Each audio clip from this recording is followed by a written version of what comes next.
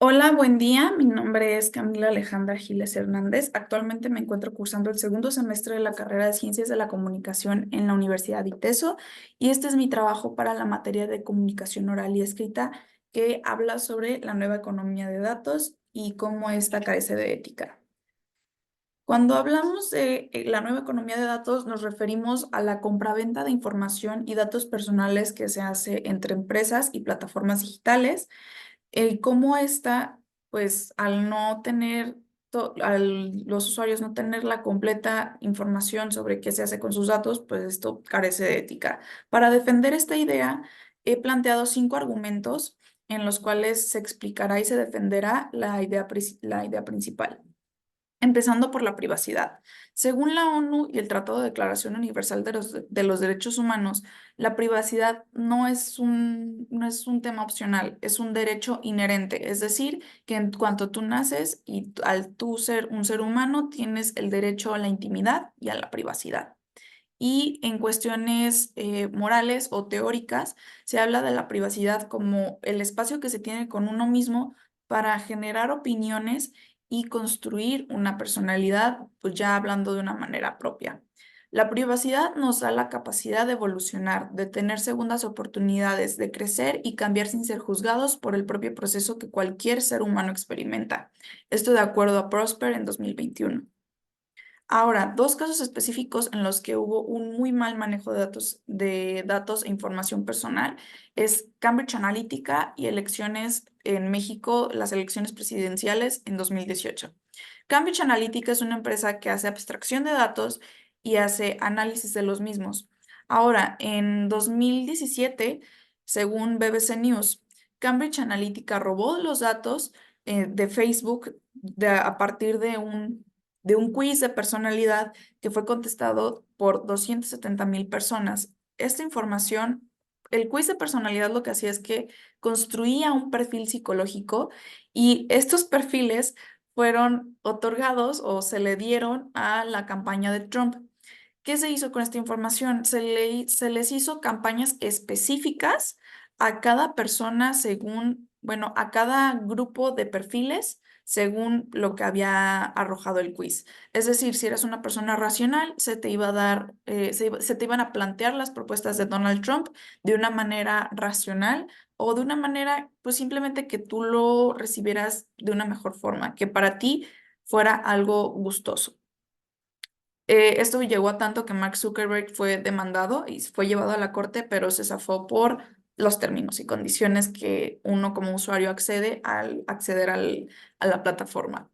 Ahora, en 2018 se descubrió, bueno, por ahí de 2019 se hizo del descubrimiento ya de manera general y completa, pero en 2018, según el video de AJ más Noticias, el video llamado México, Elecciones y Bots, se descubrió que durante las votaciones en plataformas se generaban tendencias y se generaba conversación por parte de bots, es decir, perfiles que no son reales, creados por computadoras o algunos de los bots se descubrió que no eran computadoras, eran personas, en su mayoría estudiantes o recién egresados, que se les pagaba de 7,000 a 50,000 pesos por generar una tendencia.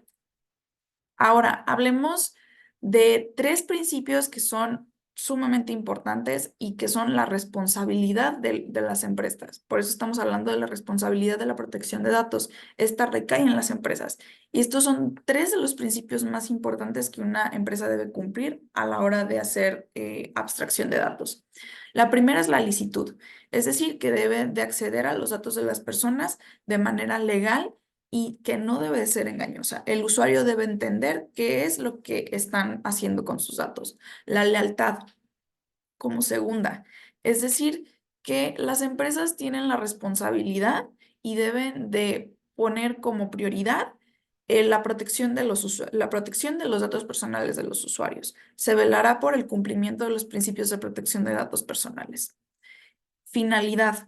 Esto quiere decir que las personas es decir, los usuarios que otorgan o que dan acceso a su información, deben estar enterados de qué es lo que se va a hacer con sus datos de una manera concreta, lícita, explícita y legítima. y también el uso de los datos debe estar justificado de alguna manera. Está también el tema de la deshumanización del dato, que al igual que los alimentos, nosotros olvidamos que la hamburguesa que estamos comiendo en algún momento fue una vaca. Aunque tenemos el conocimiento que es carne de vaca, no estamos tan relacionados y perdemos esa conexión de la fuente de nuestros alimentos. Eso mismo es lo que sucede con los datos. Se pierde la conexión de fuente y producto, la fuente siendo las personas o los usuarios y el producto siendo los datos. Según un artículo de ese cielo titulado Ética científica y el uso material material o datos colectados de seres humanos, se afirma que la nueva economía de datos carece totalmente de ética. A pesar de ya ser regulada y ya ser legal, carece de ética desde el momento en el que yo te compro y tú me vendes yo te compro tus datos y yo a ti te vendo los datos de todas estas personas que con toda la confianza me los otorgaron. Desde ahí ya hay una falta de ética. Otra, finalmente, llegando al quinto argumento, hablaremos sobre las propuestas sobre manejos de datos de una manera ética. Ahora, ¿qué es el problema con esto? No es que realmente hay un problema, sin embargo, es que al ser manejos de datos éticos, la el verdadero manejo de datos ético es en el que no se cobra y es en el que no hay ninguna persona que se enriquezca por la venta y la vulneración de la información de otras personas. Hay dos ejemplos en específico de los cuales me gustaría hablar y es el Padrón de Padres Deudores aquí en México, que fue aprobado el año pasado, en 2023, y el registro de sex offenders en Estados Unidos. El Padrón de Padres Deudores es un registro o un repositorio, por así decirlo, en el que está toda la información de personas que le deben la manutención a sus hijos.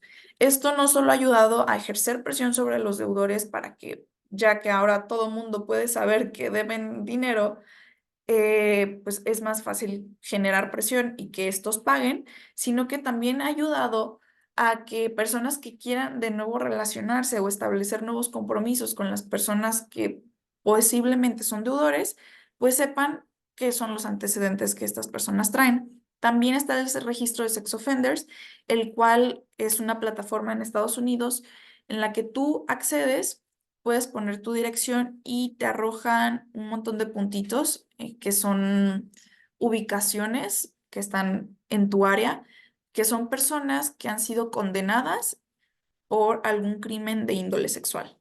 Y no solamente, si no me equivoco, no te da el nombre, pero te da las direcciones y te dice por qué crimen fueron sentenciados, o sea, por qué los metieron a la cárcel.